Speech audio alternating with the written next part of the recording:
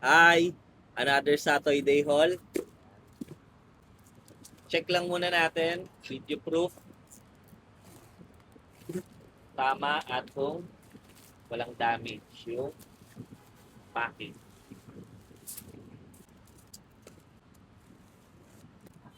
Yun, ganda, secured.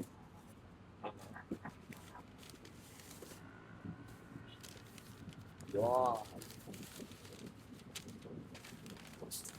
Uy, ganda.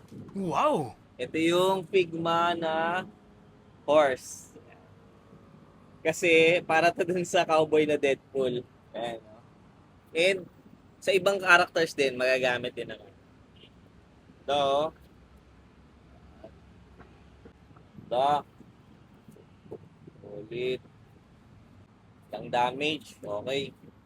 Abangan nyo yung unboxing. Video proof muna. That's all. Peace. Thumbs up. Follow for more.